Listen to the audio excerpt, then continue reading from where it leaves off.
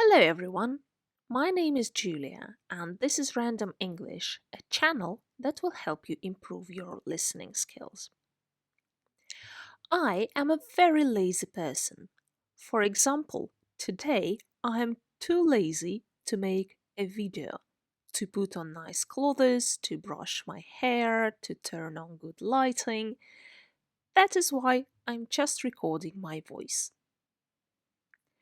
But lazy people also want to do things, and lazy people also want to learn foreign languages. That is why today I would like to give you some tips on learning English for lazy people.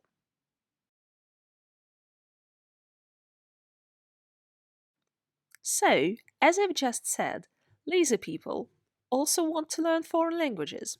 Why not? And in particular, English. Here are some tips that will help you learn English even if you are very lazy. Tip number one is to choose suitable resources. Let me explain. For example, when I started learning Spanish, I bought a very good book, but it was also a very big and heavy book, and I was too lazy to carry it around. It was a nice book, but I couldn't learn Spanish with it. I started a few times and I stopped a few times, but eventually, in the end, I gave up and I replaced the book with mobile applications. Mobile apps are in my phone, and my phone is with me practically all the time. That is why learning Spanish with mobile applications was much more suitable for me. You can think about doing the same with your English. For example, if you drive to work and listen to music when you're standing in a traffic jam, you can replace music with a little bit of English, like listening to podcasts or an audio course.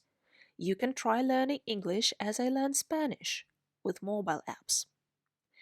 Think about it and choose the resources that are the most suitable for you and will not require too much effort.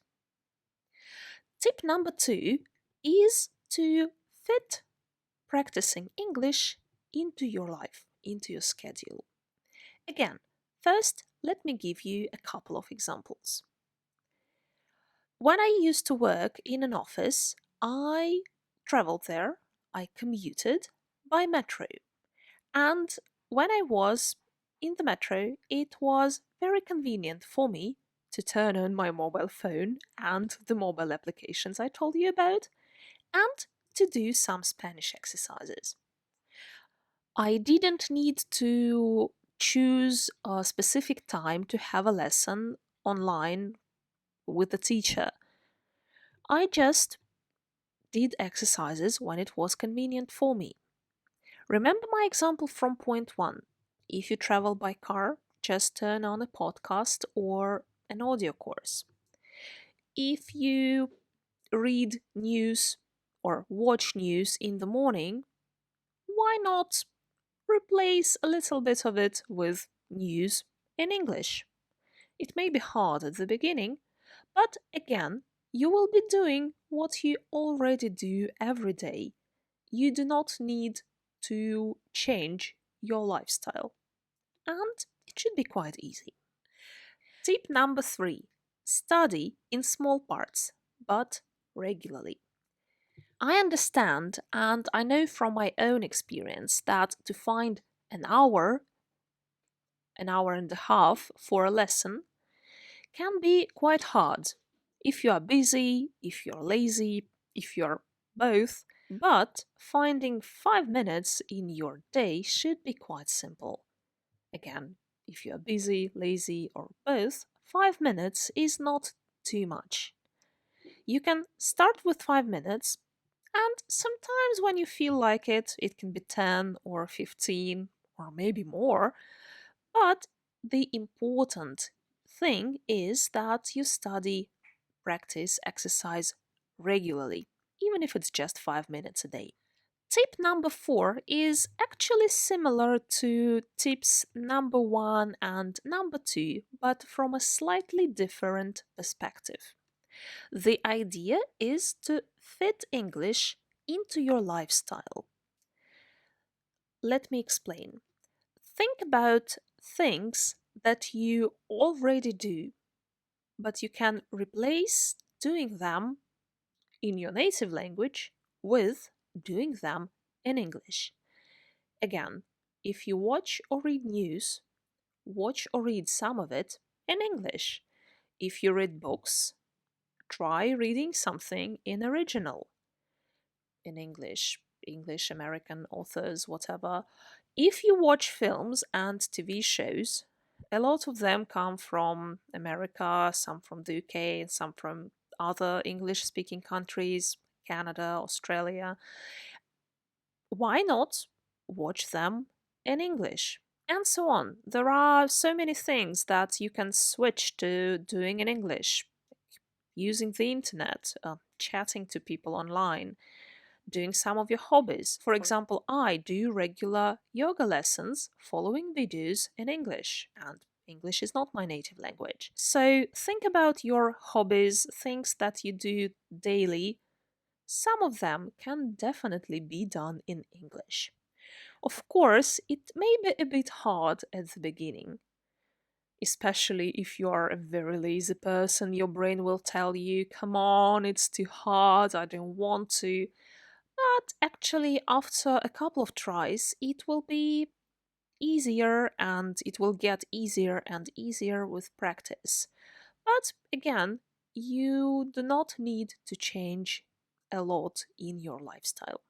And tip number 5 is a bit harder to do, but it can also help you quite a lot. The idea is to find motivation for studying and love for English. Again, let me first start with an example. Many people tell me that I'm very lucky because learning foreign languages comes easy to me. But in fact, it's not about any special luck or any kind of talent that I have. I really enjoy learning foreign languages. Learning English and then other languages for me is a hobby, something that I enjoy doing in my free time. And that's it. I have fun doing it. For example, again, when I was learning Spanish with mobile apps, uh, doing a few exercises was like playing a game, like a mobile game on my phone for me. It was quite easy and very enjoyable.